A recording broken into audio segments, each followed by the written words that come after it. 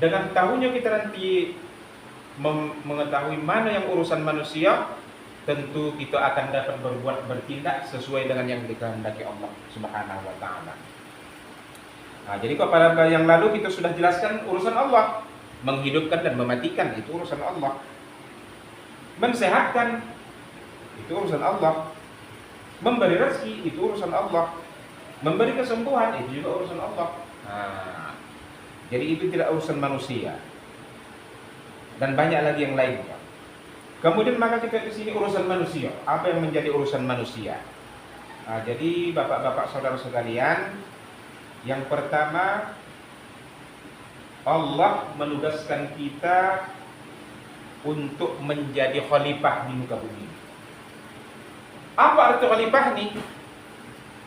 Nah, kadang-kadang sesuatu istilah yang sering kita dengar, kalau dikatakan khalifah, yang jauh masuk tuh ya kan itu dia. Padahal istilah Al-Quran kalau khalifah bukan itu. Bukan itu dia. Kalau khalifah itu artinya pengelola. Khalifatan fil ardi, pengelola bumi. Nah, jadi ini yang pertama urusan kita mengelola bumi ini. Bumi yang telah dijadikan Allah ini kita kelola macam mana supaya dia itu lestari. Jangan dirusak. Itu yang pertama, khalifatan fil ardh. Macam mana di bumi ini tegak keadilan. Menyuruh yang ma'ruf. Mencegah kemungkaran. Itu yang urusan kita. Maksudnya itulah tugas kita, khalifatan fil ardh, mengelola bumi ini macam mana supaya bumi ini makmur. Itulah tugas kita.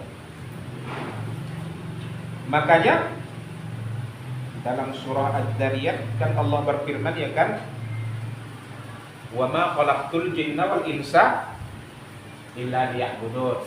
Tak kuciptakan jin dan manusia agar mereka mengakui kehambaan mereka kepadaku dengan sukarela maupun terpaksa. Tidak aku ciptakan jin dan manusia kecuali agar aku memerintahkan kepada mereka untuk menyembahku. Jadi itu ya kan. Kemudian kita tengok pun dalam surah Al-Baqarah, Allah menyebutkan ya kan, wa idh qala rabbuka lil malaikati inni ja'ilun fil ardi khalifah. Wa idh qala rabbuka, dan ketika Tuhanmu berkata, inni ja'ilun fil ardi khalifah. Allah berkata kepada para malaikat, sesungguhnya aku ingin menjadikan khalifah di muka bumi ini. Jadi makna khalifah tadi itulah dia pengelola bumi. Macam mana bumi ini menjadi bagus, kedamaian terjadi bumi ini. Jadi itu Allah apakan kepada manusia. Oleh karena itu, maka sesudah ini, maka kalau dikatakan khalifah, jangan lagi pikiran kita membaca zikir-zikir di rumah suluk tuh. Itu istilah khalifah sering kali itu. Tetapi Al-Quran menyatakan khalifah itu bukan yang itu dia. Tetapi mereka atau orang-orang yang bisa memakmurkan bumi ini, mengelola bumi ini dengan baik, itulah dia namanya khalifah. Jadi bukan pimpinan tarekat.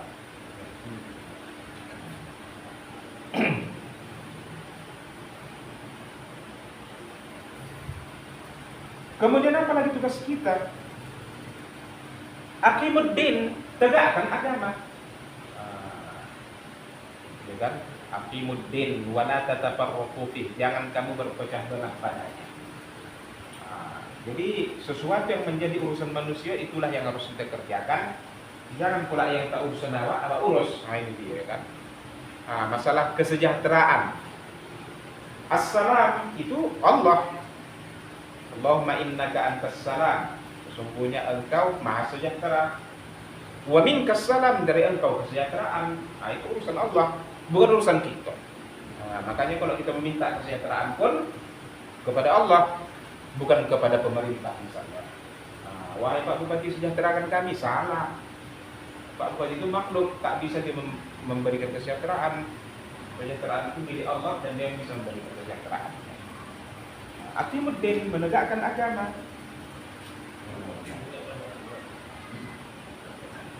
Kemudian apa lagi yang Allah tugaskan kepada kita yang menjadi urusan kita? Yassiru wala tu'assiru. Mudahkan orang, jangan kamu persulit. Yassiru wala tu'assiru. Jadi kalau sesuatu urusan itu kalau memang bisa mudah, maka harus dipermudahkan.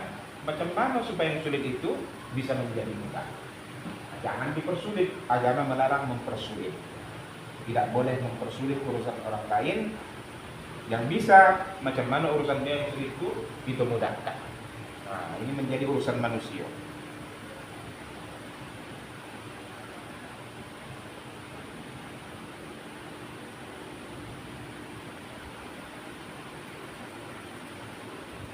Kemudian apa lagi? Adil. Memang dalam Asmaul Husna, Al-Adlu, Al-Adlul Latif Khabir. Al-Adlu itu sifat dari Allah. Tetapi Allah limpahkan kepada manusia. Berarti sesuatu yang Allah limpahkan kepada manusia itu menjadi urusan manusia, kan? Makanya dalam Al-Quran kita jumpai kata-kata i'dilu, berlaku adillah kami.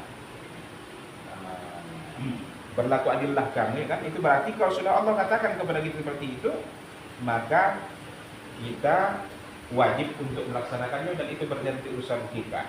Berarti berlaku adil ini merupakan urusan manusia juga. Macam mana setiap manusia itu harus memperlakukan manusia lainnya harus secara adil juga. Jangan pula bak foto istilah untuk kita tebang pilih misalnya, kan? Juga tidak berlaku adil namanya. Adilu huwa aqrabu lit-taqwa. Berlaku adillah kamu karena keadilan itu lebih dekat kepada ketakwaan.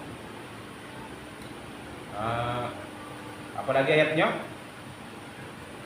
Wa idza hakamtum bainan nas an tahkumu bil adli. Apabila kamu memutuskan perkara di antara manusia, an tahkumu bil adli, maka putuskanlah dengan adil. Dengan adil apa artinya? Sesuai dengan yang diperintahkan Allah. Apabila seorang itu memutuskan perkara sesuai dengan yang diputuskan Allah, berarti dia sudah dikatakan berlaku adil. Ya kan?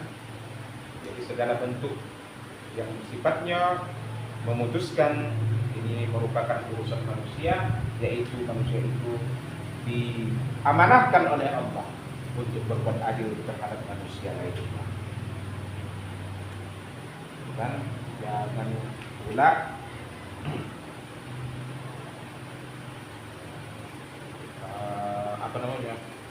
atau isme dan begitu. Kalau misalnya nanti kawanku yang dekat sama dia, walaupun berbuat jahat misalnya, tak mau dia mencari saja. Tetapi kalau nanti dia itu bukan keluarga dia misalnya, yang tak apa pun parah kali perbuatan tertentu sudah bisa diceritakan. Jadi memang hidup ini yang namanya hidup di dunia ini, inilah tantangan hidup kita, bahwa kadang ada manusia ini sifatnya memang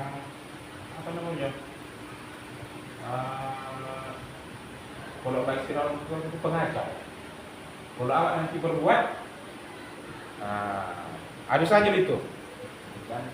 Dia itu begini. Tapi kalau dia disuruh, tak lalunya juga, ya kan? Ini kan, ya kan? Apa orang itu berbuat nanti? Dikacaunya nanti, dua begitu. Disuruh dia, tak lalunya. Awak berbuat, ijakapinya. Ah, inilah memang ini tantangan kita hidup di dunia ini selalu itulah dia pendapat seperti itu. Ya kan? Kalau kita nanti berlebih, para dia benih Allah. Pada artinya apa? Macam mana supaya kehidupan kita ini terus-terusan bagi saya supaya bisa digolak-golakin. Ya kan? Ini kita tengok sifat manusia itu ya kan. Itulah tantangan dalam hidup kita.